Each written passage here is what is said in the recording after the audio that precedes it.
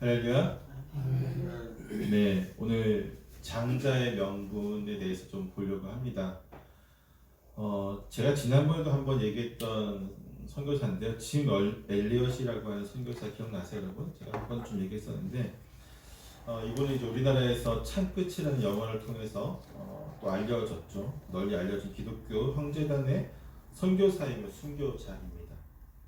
그는 1927년 미국의 포틀랜드에서 형제단의 순회 전도자의 아버지와 의사였던 어머니 밑에서 태어났고 1945년 미국 기독교의 명문 대학인 휘튼 대학에 진학해서 선교를 위해 생애를 바치기로 작정하였습니다. 때문에 그의 대학생 시절에 하나님의 어떤 인도를 구하면서 쓴 일기장에 보면 이런 말이 적혀 있어요.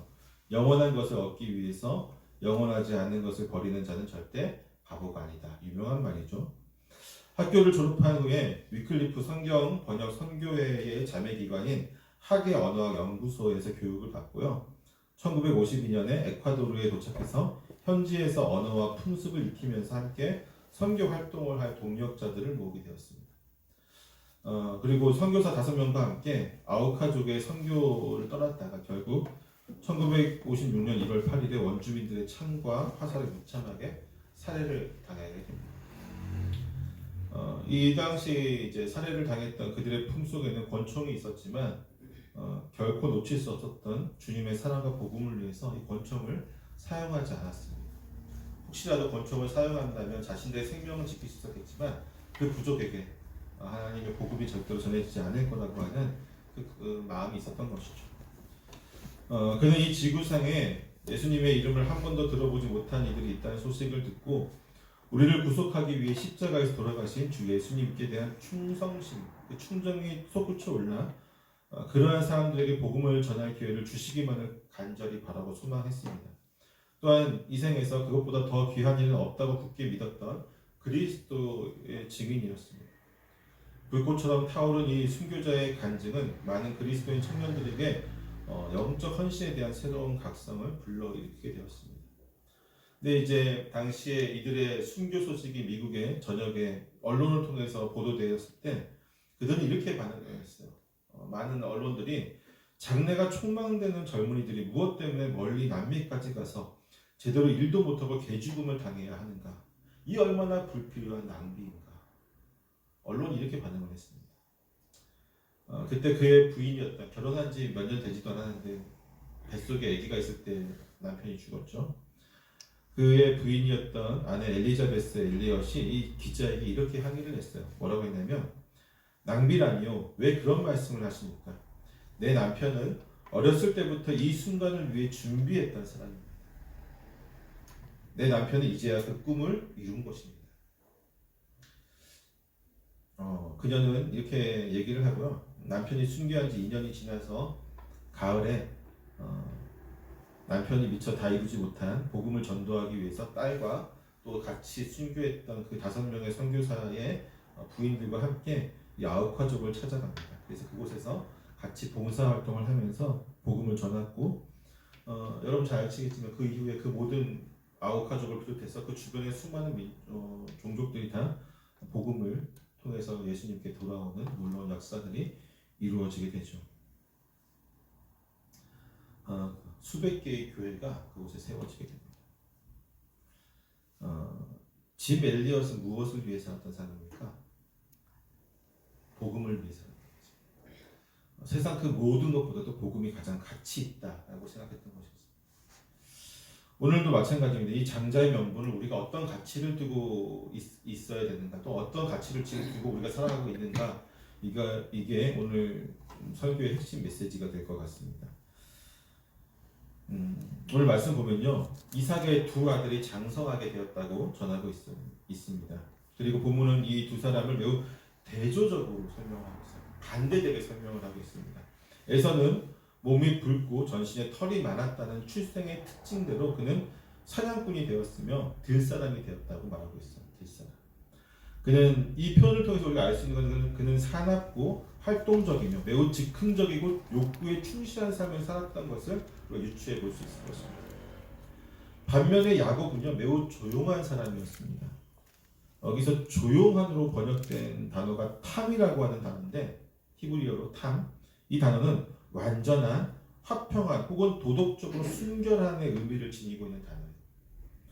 이것은 노아에게 당대의 완전한 자라가 되라고 할 때도 사용된 단어였고 아브라함에게 내 앞에서 행하여 완전하라고 할 때도 사용되었던 단어입니다. 욥기 1장 1절에서 욥에게도 사용되었던 단어였습니다. 아마도 그는 내성적이며 조용한 사람이었을 것입니다. 그리고 그는 조용한 가운데 매우 치밀하고 또한 완벽함을 추구하는 삶을 살았던 것으로 보여집니다. 그는 장막에서 거주하면서 들에서 활동하는 형 에서와는 완전히 반대되는, 대조되는 삶을 살고 있었습니다. 심지어 부모의 사랑마저도 둘을 완전히 대조적인 인물로 나타내고 있죠. 에서는 아버지의 사랑을 받았고 리브가는 야곱을 사랑하였습니다.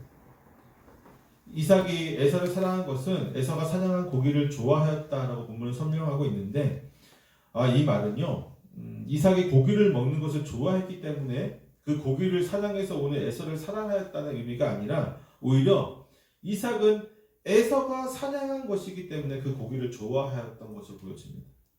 우리도 그렇지 않습니까? 우리 역시 좋아하는 사람이 주는 것은 다 좋아하고 싫어하는 사람이 주는 것은 그것이 아무리 몸에 좋고 좋은 것이라고 할지라도 싫어하는 경향이 있는 것처럼 이삭이 에서의 사냥한 고기를 좋아했던 것은 그가 에서를 사랑했기 때문입니다. 때문에 그가 사냥해온 고기를 좋아했던 것이죠.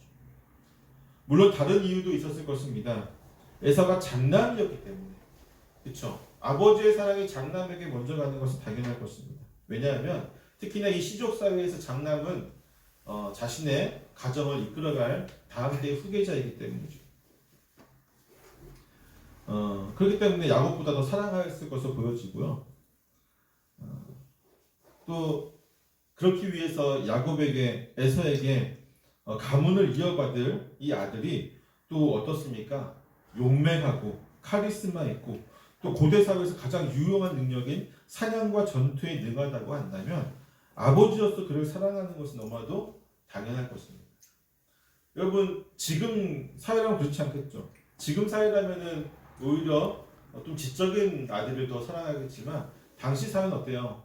항상 신변의 위협을 느끼고 또 여기는 유목 사회였잖아요. 유목 민족이었으니까 항상 이동해야 되고 어디에 적들이 있고 도적들이 있는지 알지 못하고 또 식량이 언제 또 힘들지 모르니까 사냥과 전투에 능하고 강하고 용맹하고 이러한 사람들을 더 선호했던 것이 당연합니다. 하지만 어머니인 리브가는 이삭을 사랑하였다라고 본문에서 이야기하고 있습니다. 심지어 본문은 이유조차 얘기해주지 않아요. 그냥 리브가는 이삭을 사랑했다. 다만 리브가는 아마 이삭이 에서를 사랑했던 그 반대의 이유로 야곱을 사랑하였을 것으로 생각되어집니다. 무엇보다도 리브가는 하나님께서 주신 말씀을 기억하였기 때문에 야곱에게 더 큰 관심을 주었을 것입니다. 이 뱃속에서부터 싸웠던 두 쌍둥이 형제는요, 아버지와 어머니의 이 편애에 의해서 더 그 감정이 증폭되어지는 것으로 보여져. 즉, 어떻게 부모의 사랑이 공평하면 참 좋을 텐데 어느 아빠는 누구를 사랑하고 엄마는 누구를 사랑하고 이 편애하는 것이 결국 형제들로 하여금 더 사이가 안 좋아지게 만들게 됩니다. 이 두 형제의 성격을 보면 아마도 에서는 동생 야곱에 대해서 별로 신경 쓰지 않았던 것 같아요. 그냥 자기는 들로 나가서 자기가 하고 싶은 일도 하고 사냥하고 사냥한 거 먹고 또 아버지한테 사냥한 고기 주고 또 들에서 자기도 하고 즉흥적이면서 매우 그런 삶을 활동적인 삶을 살았기 때문에 동생 야곱이 집안에서 뭘 하든지 아마 아무런 관심이 없었던 걸로 여겨집니다. 반면에 야곱은 형 에서가 이삭으로부터 받는 사랑에 대한 질투와 적개심을 가지고 있었을 것입니다. 본문의 말씀은 그러한 성격과 환경으로 그들이 완전히 대조적인 모습을 보여주고 있습니다. 그러면서 하나님의 선택에 의문을 가지게 하죠. 독자들로 하여금 여러 가지 의문을 가지게 합니다.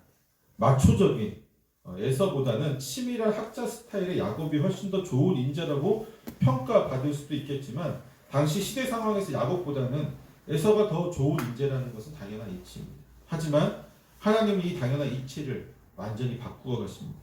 그분은 창세기를 읽는 독자들에게 하나님의 선택에 당연한 것은 없다라고 지금 말씀하고 계세요. 여러분, 하나님이 선택하지 않았다면, 만약에 야곱이라고 하는 이 인물을 뱃속에서부터 그분이 선택하지 않았다면, 그 부분만을 딱 빼고 있는다면요, 여러분, 모든 사람은 당연히 에서를 선택할 수밖에 없어요. 그렇죠? 그게 너무나도 당연한 겁니다.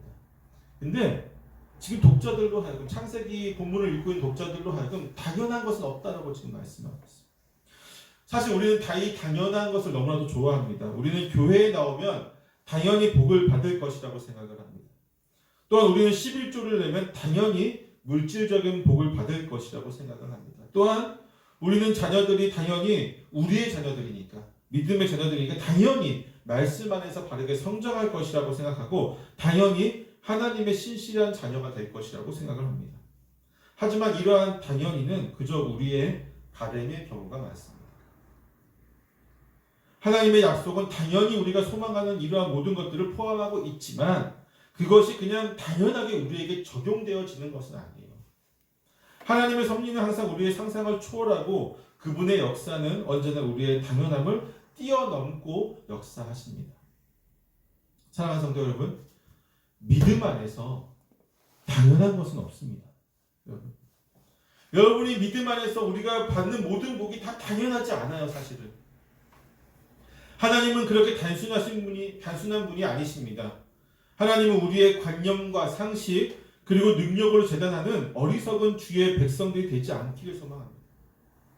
본문에서 돌아가서 에서는 당시 상황에서 당연히 이삭을 대신하여 하나님의 언약 백성으로서 유업을 이을 수 있는 자였지만, 하나님은 그를 선택하지 않으셨습니다. 그것도 아직 그들이 어머니의 뱃속에 있을 때 그렇게 했습니다.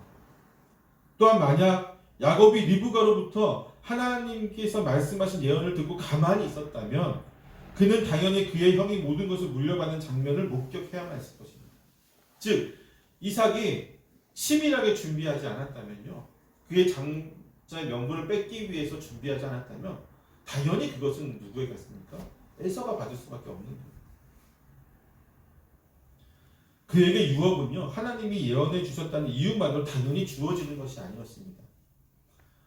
분명히 리브가는 야곱에게 뱃속에 있을 때, 네가 뱃속에 있을 때 하나님께서 작은 자가 큰 자를 섬길 거라고 했어요. 큰 자가 작은 자를 섬길 거라고 얘기했어.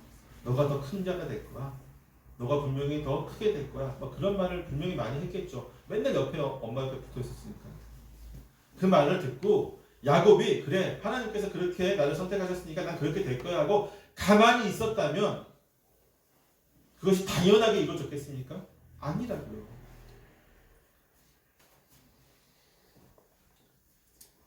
때문에 그는 이 당연하게 자기가 받아야 될 하나님께서 예언의 말씀을 성취하기 위해서 그는 형을 속이고 아버지를 속여야만 했던 것이죠. 당연히 이루어지지 않았습니다. 그가 노력해서 얻었습니다. 물론 그조차도 하나님의 섭리 아래 있는 것이지만 노력해서 얻었다.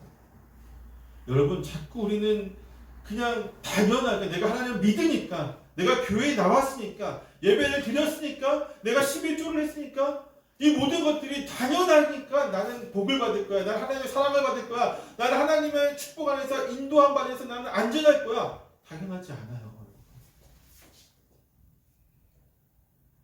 우리가 하나님의 사랑을 온전히 표현해야 되고요. 때로는 싸워야 될 때도 있고요. 때로는 인내해야 될 때도 있습니다.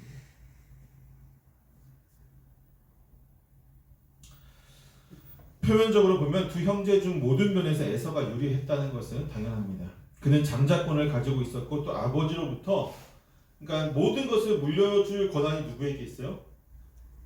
아버지에게 있잖아요. 근데 그 아버지의 총에 특별한 사랑을 받았던 것도 에서였습니다. 그러므로 앞으로 상속권은 당연히 에서의 차지였습니다. 그런데 이 당연한 이치가 흔들리는 사건이 오늘 본문에서 발생이 됩니다. 출생 때부터 맞이가 되기 위해 다투었고, 태어날 때에도 형의 발꿈치를 잡았던 야곱은 자라면서 자기가 장자권을 차지하고자 하는 욕망을 결코 포기하지 않았습니다. 그는 그것을 빼앗기 위해 아주 치밀하게 계획을 세우고 기회를 엿보고 있었습니다. 그런 어느 날 에서가 들에서 들어오게 되죠. 들에서 돌아온 에서. 근데 그날은 특별히 유난히 에서가 매우 힘들어하였다고 본문에 표현하고 있어요. 본문에서 피곤하다라고 하는 이 말은 아예프라고 하는 단어인데, 여러분 배고픔에 의한 것이라기보다는 힘을 쓰거나 목마름에서 오는 피로함을 표현한 단어예요. 그러니까 배고픈 게 아니었어요. 사실 에서는 배고팠던 게 아니고 피곤하고 뭔가 좀 목마르고 몸이 약간 좀 많이 힘들어온 상태였습니다. 근데 이때 마침 야곱이 죽을 쓰고 있었습니다. 여러분 생각해 보세요. 허구한 날 많은 날 중에서 유독 그쵸? 에서가 특별히 피곤하고 힘들어하는 날 야곱이 죽을 썼어요. 이게 우연일까요? 아까도 얘기했지만 당연히는 없다고 그랬죠. 우연히도 없어요. 그리고 우리가 아까부터 계속 얘기했지만 야곱의 성격은요, 치밀하고 완벽함을 추구하는 성격입니다. 야곱의 이 치밀한 성격을 보았을 때, 그리고 완벽함을 추구하는 그 성격을 보았을 때 죽을 끓이고 있었던 것은 결코 우연이 아니었을 것으로 예상이 되었습니다. 그가 어떻게 안 것인지는 모르겠지만 아마도 이건 제 상상력이지만 그날 에서가 사냥을 하면서 유난히 더 피곤했던 것은 야곱이 사전 작업이 있지 않았을까. 그의 치밀한 성격과 완벽함을 추구하는 그 성격을 봤을 때 에서가 더 고생해서 사냥감을 찾고 더 고생한 마음으로 돌아올 수 있도록 미리 어떤 작업을 하지 않았을까라는 것을 추측해 봅니다. 어쨌든 그날 그의 형 에서가 유난히 피곤한 가운데 집으로 돌아오게 되죠. 이것을 야곱은 이미 알고 있었다는 것입니다. 야곱은 지친 형을 기다리면서 치밀하게 계획을 준비합니다. 지쳐있던 에서는 야곱이 끓이고 있는 붉은 색깔의 죽에 식욕이 동했을 것입니다. 사실 애기 서역에서 가장 필요한 것은 아까도 얘기했지만 배고픔이 아니에요. 즉 이 죽이 아니었죠. 배고픔이 아니었지만 마신 물과 쉼이었는데 그럼에도 불구하고 그의 이 참지 못하는 즉흥적인 성격은 바로 여기서 드러나죠. 지친 가운데 맛있는 냄새가 나니까 배고픔이 동하니까 먹고 싶은 거예요. 에서가 야곱에게 내가 피곤하니 그 붉은 것을 내가 먹게 하라고 요청을 합니다. 여기서 먹게 하라라고 번역된 말은요, 이 원어의 뜻은 뭐냐면 욕심스럽게 집어삼킨다는 의미를 지니고 있어요.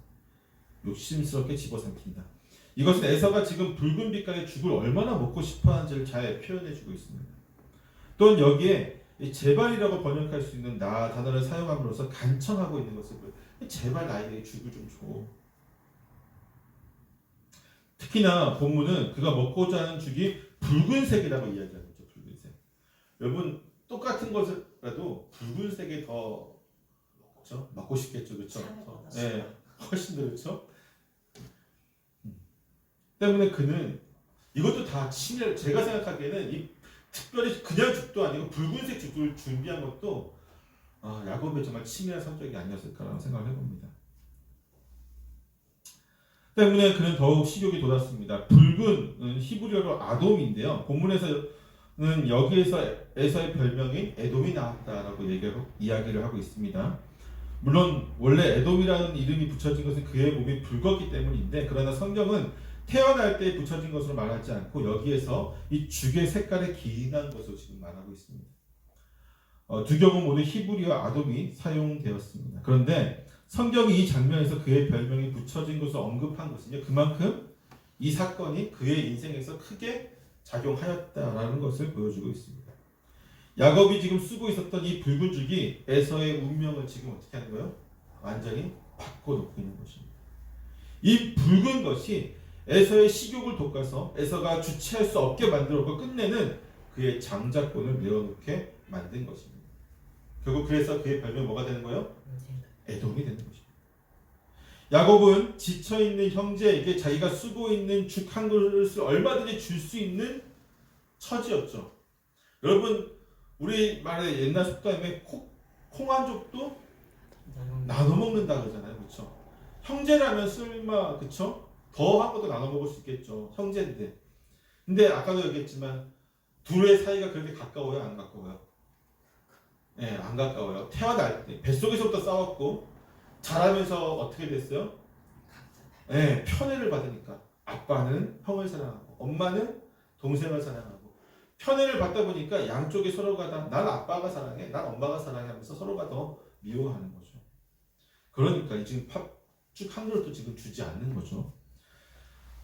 또한 야곱은 사실 주려고 쓴 게 아니죠, 그렇죠? 이게 이 절호의 기회를 교묘하게 이용해서 자신에게 결정적인 기회로 만들기 위해서 지금 이 죽을 쓰고 있는 거잖아요. 그래서 야곱은 지쳐있는 형에게 장자의 명분을 오늘 지금 바로 내게 팔라고 요구합니다. 그는 평소 즉흥적이고 욕구에 충실한 에서가 이 상황에서 결코 자신의 요구를 거절하지 않을 것이라고 생각하였을 것입니다.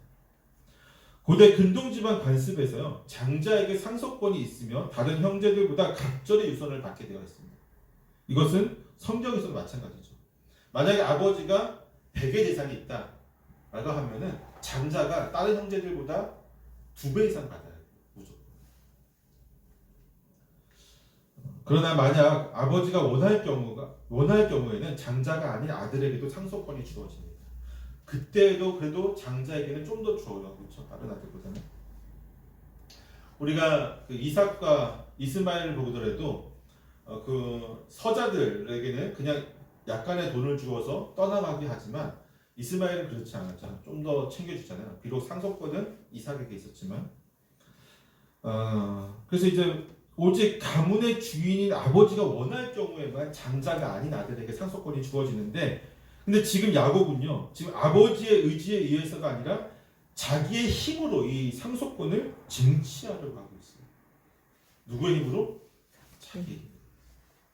장자권을 자기에게 돌리기 위해서 치밀하게 지금 계획을 세우고 에서의 약점을 파고들어서 깊이 있고 그 목적을 달성하고야 마는 것입니다. 어떻게 보면 대단하죠. 본문에서 에서는 내가 죽게 되었으니 이 장자의 명분이 내게 무슨 유익이 있으리요? 라고 말하고 있습니다. 이 말에서 보면 지금 당장 에서가 굶어 죽을 것처럼 보여지죠. 내가 죽게 생겼으니 장자의 명분. 그러니까 요 본문만 그냥 보면 에서가 정말 지금 죽을 위기로 어마어마하게 좀 굶었고 힘들구나라고 우리가 유추할 수도 있겠지만, 생각할 수도 있겠지만, 사실 에서가 죽을 먹고 당장 일어나서 제갈길을 걸어간 것이 본문에 나오잖아요. 죽 한 그릇 먹고 일어나서 걸어갔어요. 결코 그는 지금 아사 직전의 사람이 아니었던 것입니다. 또한 집에는 하인들이 얼마든지 있었습니다. 근동지방 최고의 권세가였던 아브라함의 집에는 수많은 하인들이 있었기 때문에 그가 조금만 참고 그들에게 음식을 준비하라고 명령하였다면 그는 금방 음식을 먹을 수 있었을 것입니다. 아주 조금만 인내하였다면. 하지만 문제는 에서가 장자의 이 특권을 너무나도 가볍게 여겼고 즉흥적으로 행동하였다는 것입니다. 그와 반대로 야곱은 냉철하고 또 계산적으로 행동을 했습니다. 야곱은 이 기회를 놓치지 않았습니다. 그는 형에게 오늘 내게 맹세하라고 요구하고 있었죠. 에서가 즉시 맹세하면서 장자의 명분을 야곱에게 팔았습니다. 그리고 즉시로 야곱은 떡과 팥죽을 에서에게 주었습니다. 그리고 본문은 에서가 먹고 마시고 그리고 일어나 갔다라고 고백하고 있습니다. 단지 죽 한 그릇과 소중한 유산권이 맞바꾸는 어처구니 없는 진짜 거래가 지금 이루어지고 있는 것입니다. 이것이 보통의 유산권입니까? 그렇지 않습니다. 이 장자권은요, 이 장자의 명분은 여호와 하나님의 언약적 약속을 이어받는 권한이 포함되어 있습니다. 이것을 야곱은 알고 있었고 어떻게 하든지 획득하려고 노력하였던 반면에 에서는 이 언약적 약속을 정말로 가볍게 여겼던 것으로 보였습니다. 이 사건을 두고 성경의 평가는 야곱이 에서의 장자권을 훔쳤다라고 이야기하지 않아요. 야곱이 에서의 장자권, 에서의 장자의 명분을 치밀한 계획을 가지고 사기쳐가지고 훔쳤다라고 이야기하지 않고 오히려 에서가 장자의 명분을 가볍게 여김이었더라라고 성경은 말하고 있습니다.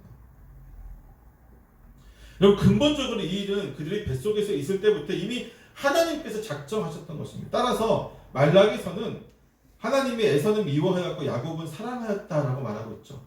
하지만 그럼에도 불구하고 에서는 장자권을 쉽게 생각하고 그것을 팥죽 한 그릇에 판 책임을 면할 수가 없습니다. 책임은 누구에게 있어요? 에서에게 있어요. 에서에게. 히브리서 기자는 한 그릇의 음식을 위해서 장자의 명분을 판 에서를 누구랑 지금 동일하게 생각해요? 음행하는 자와 동일하게 망령된 자라고 지금 이야기하고 있어요. 히브리서 12장 16절입니다. 음행하는 자와 똑같이 한 그릇의 그 음식으로 자기 장자권을 판 에서를 똑같이 망령된 자다. 물론 야곱이 간교한 수를 사용해서 형 에서로부터 장자권을 빼앗은 것은 사실이지만 그가 하나님의 언약을 귀하게 여겨서 어떻게 하든지 간에 그것을 획득하려고 했다는 사실은 높이 평가되는 것이죠. 로마서 9장은요. 육신의 자녀인 이스마엘과 약속의 자녀인 이삭을 서로 대조시키듯이 에서와 야곱도 서로 대조시키고 있는데 결국 에서는 하나님으로부터 버려지는 육신에 속한 자녀가 되고 야곱은 하나님이 선택하신 약속의 자녀의 반열에 들어가게 되었습니다.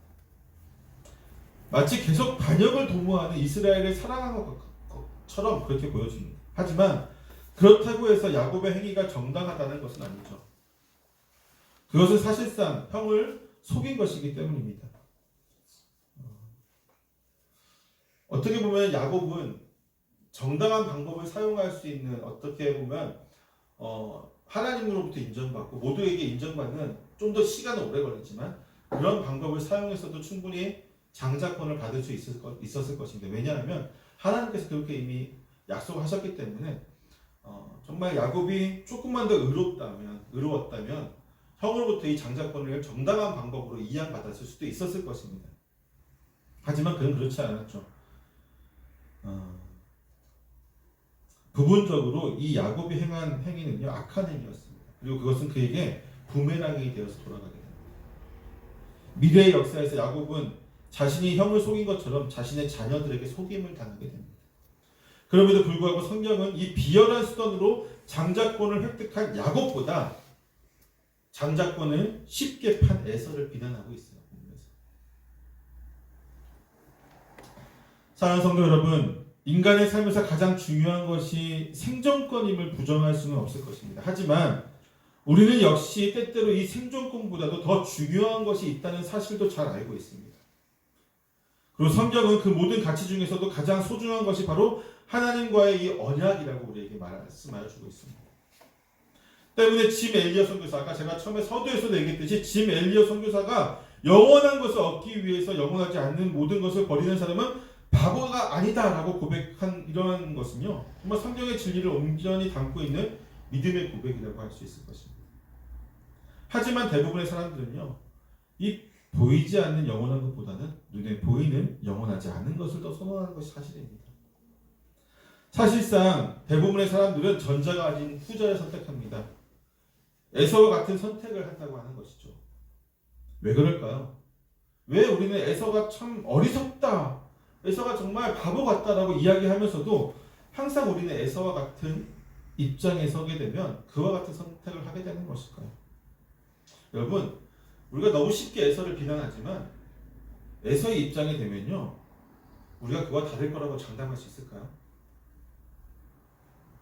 예를 들어서 현대를 살아가는 수많은 그리스도인들이 주일에 예배를 하는 것보다 이를 더 우선순위에 두고 살아갑니다. 부인하실 분 계십니까? 제가 보아온 바로는 정말로 우리나라에 있는 수많은 그리스도인들이 주일날 예배 드리는 것보다 이를 더 우선순위에 둬요. 겹친다. 안 겹치면 당연히 예배를 드리겠지만 겹친다 하면 목사님 이번 주는 어쩔 수가 없을 것 같습니다. 예배를 제가 빠져야 될 것 같습니다. 일을 해야 될 것 같습니다. 대부분 그래요. 100이면 99명이 그렇습니다. 그러면서 생존권과 관련된 것이라고 주장한다면요. 목사님, 제가 일을 안 하면 저희 굶어 죽습니다. 제가 회사를 잘립니다. 여러 가지 이유가 있겠죠. 그렇게 생존권, 우리의 가족과 나와 우리의 가족 그리고 나와 관계된 모든 사람들의 생존권과 관련된 것이라고 주장을 한다면요. 전 대부분 용인합니다. 그럴 수 있다고 제가 이해를 하는 편입니다. 물론 방금 전 앞서서 영원한 것을 얻기 위해서 영원하지 않은 것을 아는 모든 것을 버리는 사람은 바보가 아니다라고 고백했던 지금 엘리야 선교사와 또한 그와 같은 어떤 마음을 가지고 있는 사람들, 그런 분들의 입장에서는요, 이 생존권 때문에 주의를 지킬 수 없다라고 말하는 것도 사실 그분들 입장에서는 잘 이해하지 못할 수도 있겠지만, 적어도 저는 목사의 양심을 가지고 필수적인 생존권과 관련된 일이라고 한다면 저는 그래요, 예배를 빠질 수도 있죠 라고 대부분 저는 얘기를 합니다. 하지만 우리가 생각해야 될 것은요, 그것이 정말로 필수적인 생존권의 문제인지를 인식할 필요가 있어요. 정말로 그런 거죠. 여러분, 아까도 얘기했지만 에서도 본문에서 자신이 굶어 죽을 것 같다, 난 지금 죽는다라고 자기의 입장을 변화하고 있잖아요. 그렇죠? 그렇지만 그것은 지극히 개인적이고 주관적인 생각이었을 뿐이었습니다. 그는 그것으로 인해 죽게 되지도 않을 뿐더러 조금만 신중하게 생각하고 조금만 인내하였다면 충분히 집안에서 따뜻한 식사를 할 수 있었습니다. 하지만 그는 그 아주 조그마한 배고픔을 자신의 생명을 위협하는 모습을 했어요. 살짝 배고픈 것인데 그것을 아주 크게 확장시키면서 자신의 생존권, 생명의 위협까지도 그렇게 스스로가 여긴 거죠. 그는 그 배고픔을 해결하기 위해 장자의 명분을 너무 쉽게 팔았던 것입니다. 우리가 생존권 때문에 주의를 지킬 수 없다라고 말할 때에는 에서의 행동을 분명히 인식을 해야 돼요. 난 정말로 주일날 지키지 않고 일해야지만 나는 정말로 되는가? 그것이 나와의 정말 필수적인 것인가? 우리도 그처럼 조금만 신중하게 생각하고 인내하면 충분히 해결된 문제를 가지고 생존권이라고 하면서 주일 성수를 너무나 쉽게 포기하는 것은 아닌지 충분히 고민해봐야 됩니다. 그럼에도 불구하고 정말로 이게 생존권과 필연적으로 연결되어 있다라고 한다면 저는 그분에 대해서 정말로 안타깝게 생각하지만 그분을 위해서 기도도 할 것이고 그분이 온전한 신앙생활을 가질 수 있도록 또 노력하는 어떤 입장에서 목회를 하겠지만 사실 한 반 이상은 그렇지 않은 것 같아요. 반수 이상은 3분의 2? 하여튼 그 이상들을 보면 빠질 수도 있는 문제예요. 그렇죠? 필수적인 게 아닐 수도 있는 문제인데 아니면 다른 날로 대체할 수도 있고 여러 가지가 있지만 거기에 대해서 고민하지 않는 거죠. 겹치게 되면 주일 성수는 다음에 하면 되지. 너무 쉽게 이것을 포기한다고 하는 것이죠. 그럼 쉽게 포기하지 않았으면 좋겠습니다. 단순히 주일 성수뿐일까요? 그렇지 않습니다.